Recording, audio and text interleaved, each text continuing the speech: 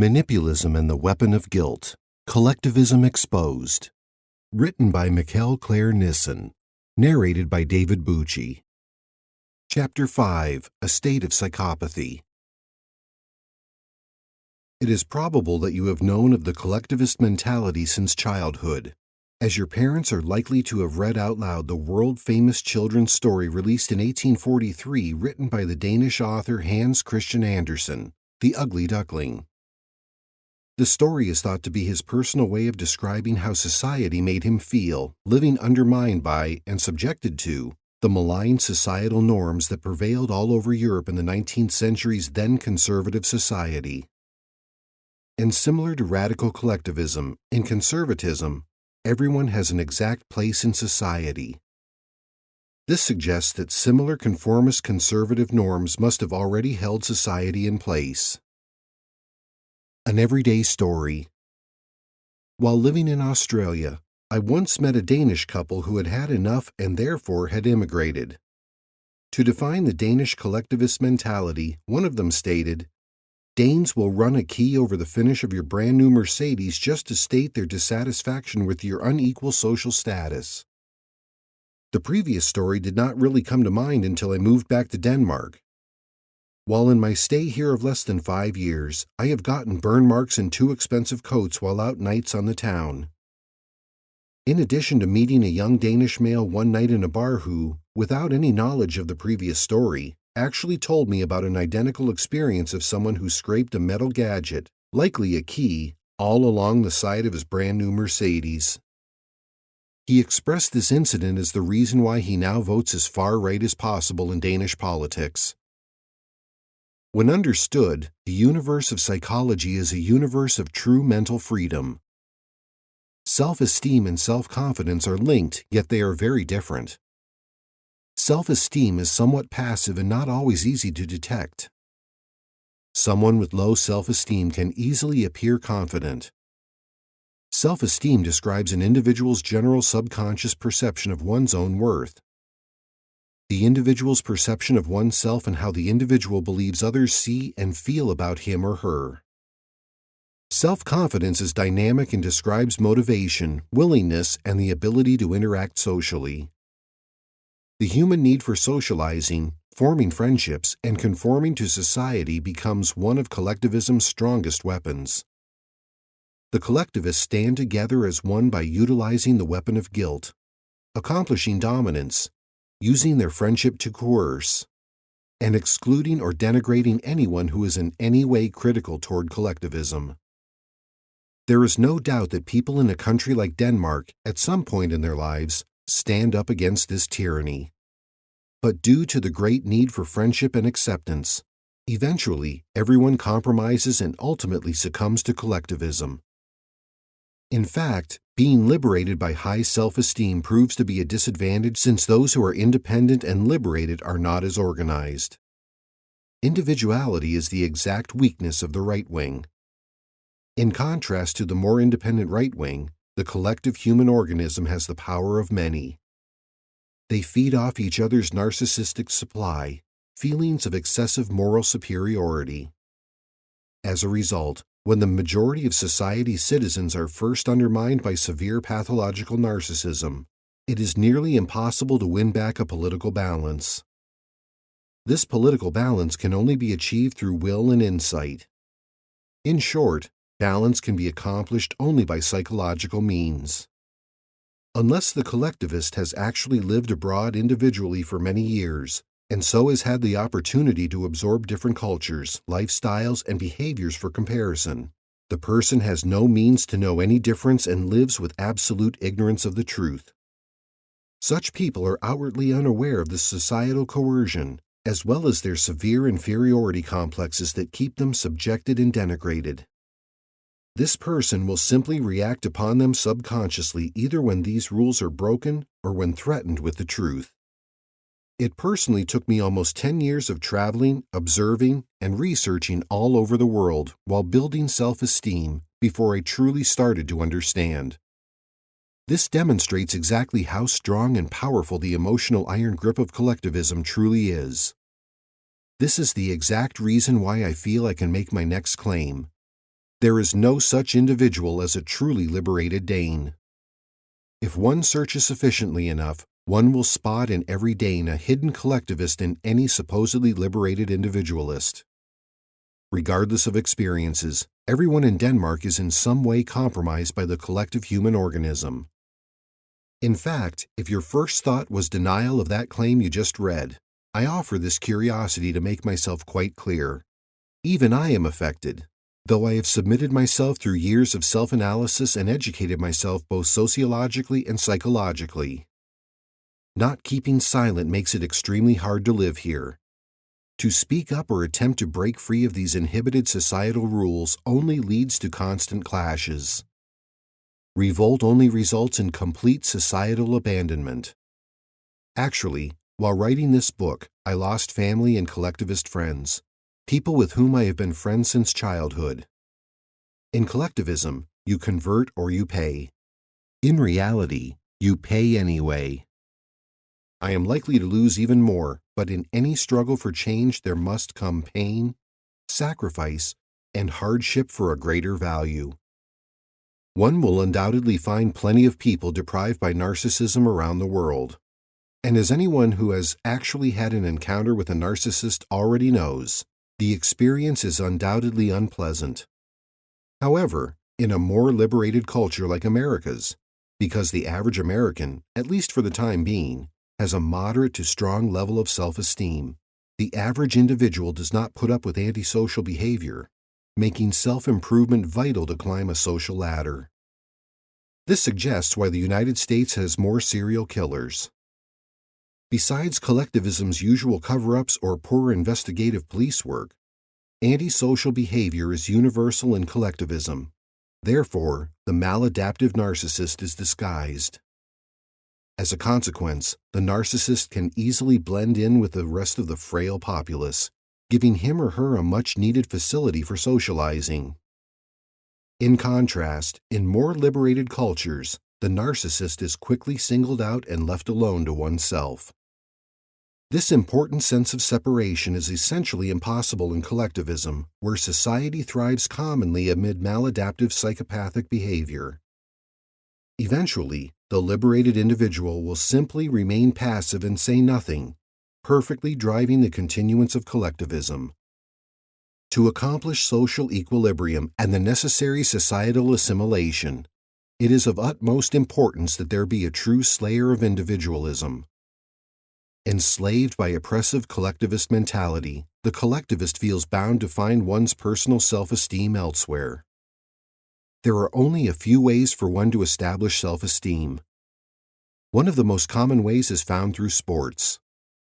This can also be achieved through narcissistic supply, emotions of moral superiority, and collective affirmation, or by replacing one's self-esteem with nationalistic feelings.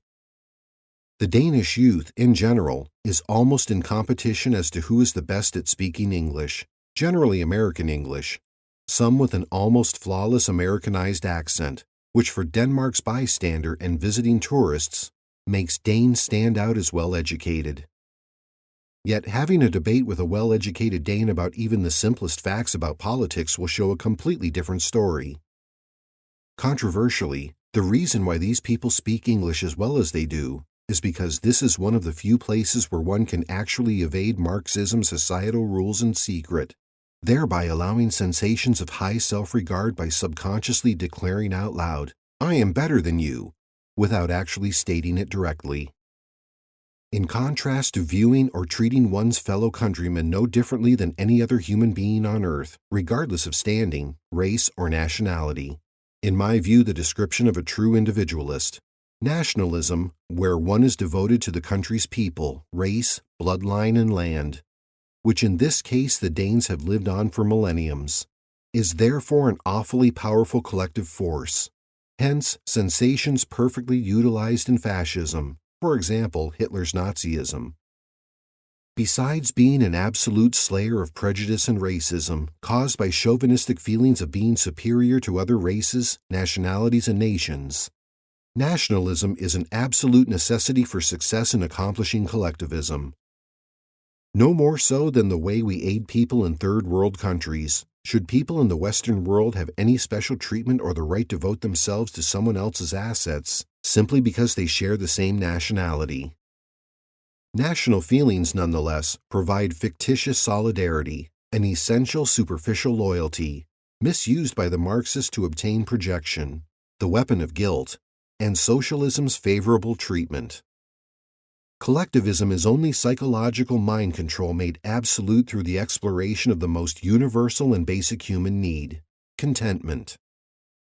And what makes collectivism so truly notorious, and the reason why it is absolutely essential to keep people from feeling completely content within themselves, is that collectivism attempts and accomplishes, through the means of manipulism, to destroy individuality by completely replacing the individual self-identity with a subconscious collective identity. Since the Marxist collectivist narcissist is seemingly kept from expressing self-encouragement, which is obvious and enhanced by superiority complex in the often deeply haughty autonomous narcissist, grandiosity is therefore somewhat disguised in democratic socialism through a false sense of humbleness. Believing themselves to be humble, subdued by severe pathological narcissism, Marxists alter reality by seldom expressing self-encouragement. The twist, though, is that the Marxist turns to chauvinism. In addition to the female Marxist who turns to extreme feminist chauvinism, the Marxist turns the narcissistic trends into encouraging excessive collective and national admiration. Identified in virtually all forms of collectivism, even though each trend is felt collectively, the feelings are the same, fantasies of collective and national superiority. As a result, no matter how hypocritical it may sound, suppressive collective mentality purposely allows the Marxist, who is otherwise seemingly not allowed to feel superiority, to feel grandiose and self-important by demeaning or criticizing other nationalities, lifestyles, traditions, or ways of thinking. Marxists, and collectivists in general, are inclined to reject that any other nation could be even slightly better or at least on equal footing. This allows the collectivist to distort reality and create a falsified self-esteem via excessive nationalistic affirmation. Thus is national collective admiration or narcissistic supply achieved through feeling superiority over other nationalities.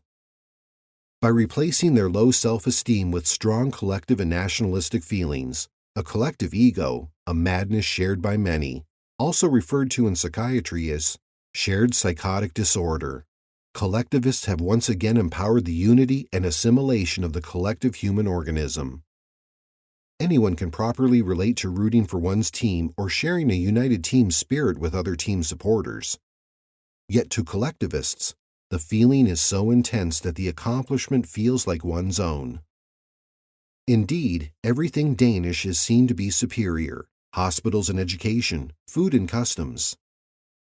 It is worthless to attempt to persuade Danes otherwise, and virtually impossible to do so. Identical to religious people who worship God, Danes worship their country, and they even place the national flag, similar to a religious symbol, on birthday cakes and Christmas trees. Truly annoying is the Danes' excessive and constant need to talk about how wonderful Denmark is and how much better we Danes are in our nation of Denmark as compared to other places. Excessive collective admiration, magical thinking, results in arrogant conclusions that are generally constructed from assumptions rather than from actual knowledge. All of this is part of a pathological mind game to completely disable any skepticism, questionability, or criticism toward authorities or society's structure. And with half the service levels at a cost of living that is at least double, and more generally triple, that of the United States prices, one could ask rhetorically whether these people are deeply delusional. Narcissistic tendencies, collective narcissism, and national chauvinism.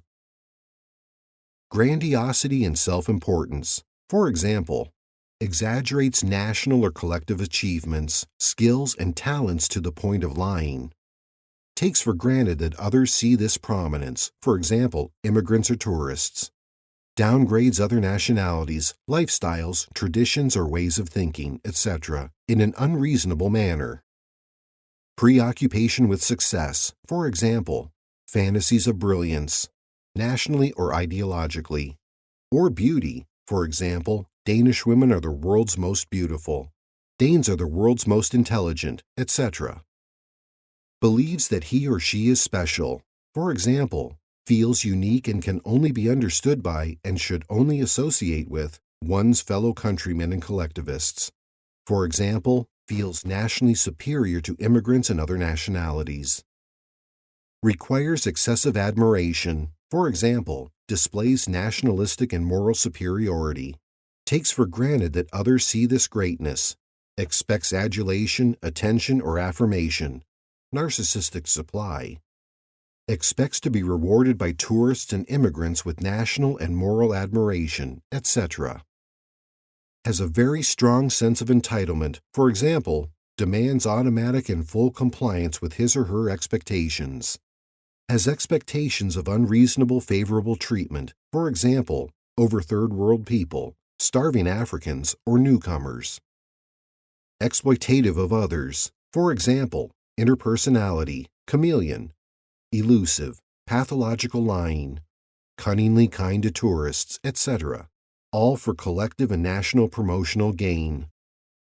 Lack of empathy. For example, unable to or unwilling to identify with the feelings of other nationalities, lifestyles, preferences, priorities, traditions, or ways of thinking. For example, the Muhammad cartoon crisis. Envious. For example, bears a grudge towards successful nations of better psychological and economic standing. Resentful toward newcomers. For example, fugitives receiving equally entitled benefits, etc. Arrogance. For example, displays regular negative attitudes, haughty, snobby, compulsively judgmental, and opinionated. Omniscient, highly conclusive about other nations and nationalities in which the individual has factually never been to or has inside knowledge of. Magical thinking. Projects regularly, tries to dump shame upon others, the weapon of guilt, and hypersensitive to collective or national criticism. Rages when contradicted, confronted, or disapproved of. Marxists and collectivists in general misuse their message but will do anything to persuade mankind otherwise. They masquerade as humanists and selfless altruists, and as those who care for society's weakest. However, collectivists totally lack empathy.